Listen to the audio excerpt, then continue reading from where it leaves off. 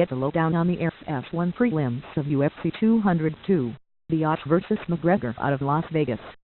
Donald Cerrone and Rick Story collide with the winner jumping into the contenders pool at welterweight. Let's be honest, the opening two fights of the main card are more than a little bit underwhelming. Thanks to injuries, we're looking at two unheralded newcomers making their debut on the pay portion of the card.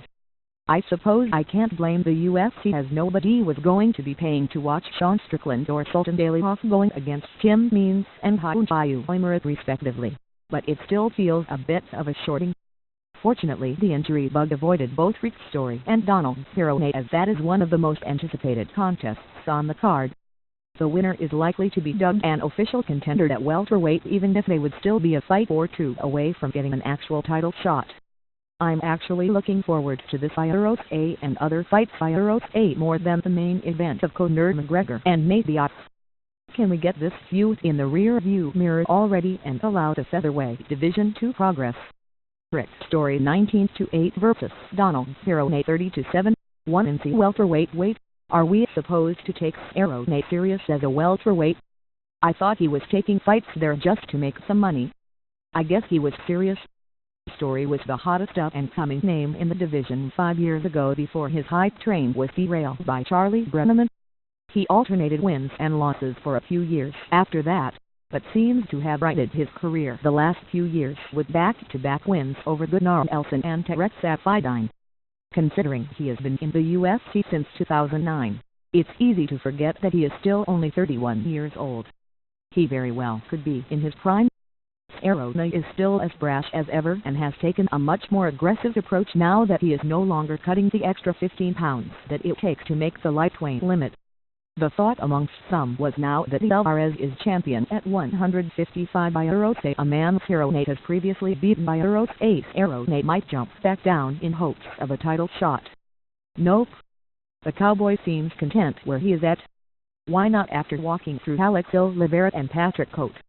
Regardless of the improvements that he has been making, Cerrone is and always will be a kickboxer first and foremost, favoring an attack centered around his legs. His switch kicks are among the best in the game, and he has serious KO power in his round kicks. Remember his finishes of Adriano Martins and Jim Miller. The step in that he added in recent years has also been a much talked about addition to his repertoire. He's added a few more wrinkles recently. Cerrone has shown a greater inclination to throw punches in the pocket and utilize double leg takedowns to greater effect. It's getting harder to find weaknesses in Cerrone's armor. One thing that has traditionally been one of Cerrone's weaknesses is when he is pressured, something Story does very well. The former collegiate wrestler, Story has evolved his game to use his wrestling skills to not just take his opponents down, but to pin them against the cage and beat on his opposition. He's developed a reputation as one of the best at working over the body using terrific head positioning and underhooks to get his preferred angle to beat on the midsection. He's an underrated boxer in the pocket as well, even if it doesn't look pretty. Cerrone could end up landing a few takedowns if he times them correctly, but it's more likely that we'll see Cerrone operating off of his back than in top position, as Story is significantly stronger and a better technical wrestler. Much like his clinch game, Story is all about suffocating his opponent on the ground. Cerrone has a very active guard that isn't to be trifled with, so don't be surprised to see Story let him up if Cerrone threatens with a triangle choke. Cerrone is the favorite in this one, and understandably so. He's got more name value and more quality wins than Story, even if the majority of them came at lightweight. I'm picking the upset though. Story is one of the most durable fighters in the game. Few are better able to walk through a power shot the way he does to continue pressuring. Cerrone has also had a weakness to body shots, Rafael dos Anjos and Anthony Pettis dropping him with those. It may not be a single body shot, but as often as Story works over the midsection, expect to see Cerrone wilt under the pressure of the bigger and stronger Story. Story via TKO of Road 3 Khamzat Chimaev May 1, 13 vs. Mike Perry 7-0 welterweight. It's hard to find a lower profile contest on a PPV main card, as Chimaev hasn't been seen in well over a year while never having much fanfare in the first place, while Perry is a late replacement for Sultan Beylikov. Chimaev may be the biggest welterweight I've ever seen. At least those who make weight regularly by UFC. Looking at you, Anthony Johnson. seriously though, he is absolutely huge for welterweight.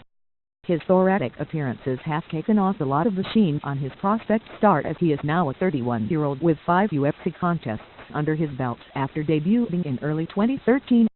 Hard to see him rising above the mid-tier at this juncture. Barry has a lot more unknown about him, as he is still an incredibly raw prospect. If he can be developed, he could be something special, though that is a big if.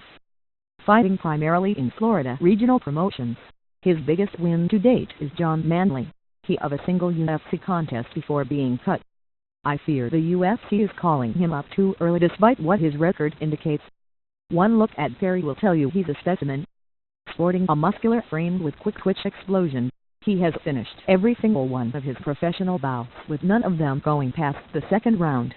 While his punches clearly have a lot of power behind them, he also tends to throw single strikes while seeming to sit back and admire his work after they connect. That type of attitude won't get him far against high-level fighters, even if he is the superior athlete. Ramirez isn't a dynamic athlete like Barry, but he knows how to use his size extremely well. Well, at least in the clinch he knows what he is doing. He overwhelms his opponent with his power from there, leveraging his knees so that they destroy the body of his opposition. He isn't a fleet of foot though and can't struggle to get the fight there. Otherwise he is largely a brawler who throws his fists with reckless abandon, largely neglecting any thought of defense. The wild card is the ground game. Neither has shown an inclination to take the fight there, though Ramirez's takedown defense has proven to be sound against respectable competition. He hasn't shown much other than the ability to survive if he is taken down. Barry has used his brute strength to get opponents to the floor, though I wouldn't expect that to work on Ramirez. Barry is far too inactive for my liking. He has some fundamentals down to build on a serious power in his hooks, but I can't see him being able to counter or overcome the onslaught that Ramirez is no doubt going to be bringing. It should be fun while it lasts, which probably won't be long. Ramirez via KO of Road to Tim means July 1, 25 versus Sabah Homasi 11-5. Welterweight Homasi may not have the name value that fans want in their main card fights, nor does the more established Means for that matter. But their styles clash perfectly for the type of violent contest the UFC loves to open their PPV main cards with. Means is fresh off of his suspension for a tainted supplement that took him out of his first headlining spot against the aforementioned Nate. Now that is all in the past, and Means has had his name restored as much as it can be following any sort of drug test failure. With so much doubt in the atmosphere nowadays, no one seems to maintain a clean reputation anymore. If nothing else, it provides him with motivation to get out there and prove he deserved that top spot that he lost. Homasi is taking this bout on extremely short notice, having only fought 2 weeks ago in Titans FC. He was on the TUF season featuring ADB vs Black Zillines, falling short against natural lightweight and current Bellator fighter Carrington Banks. Homasi looks improved since leaving the house, riding 3 straight victories into his UFC debut, all of them by KO. Means has long had a reputation as a dangerous clinch fighter, and deservedly so. Few have elbows as vicious in close range as he does, which combined with his knees from the plum clinch as an especially deadly combination. What is promising is his improved use of his 75 reach with jabs, leg kicks, and front kicks flowing at a rapid pace. Means has grown comfortable in the pocket as well, mixing his punches to the head and body to make his high-octane Muay Thai attack that much better. Like Means, Homasi is almost purely a striker. More of a bully in the clinch as he uses his brute strength to push his opponents against the cage. Homasi likes to unload with powerful hooks that will end the fight if they connect cleanly. He gets himself into trouble when he starts headhunting, losing any semblance of technique and winging punches that are as likely to hit the referee than they are his opponent. When under control, he flips out a nice jab and leg kicks out in space as he prefers to look for the counter. Don't expect this fight to go to the ground.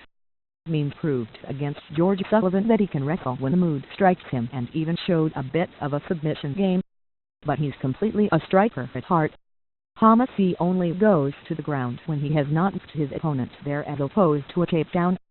He is some vicious ground and pound if he can get the fight to that territory. I'll be shocked if this fight elicits any boos. Both Means and Homasi are entertaining as hell and are continually looking for the finish. Homasi does have more power, but Means offers a much more controlled and consistent approach. He appeared to be hitting his stride before the crap with USADA, though it will be hard to predict how he'll be coming off of the layoff. I think we'll see him in peak form. Means via TKO of Road to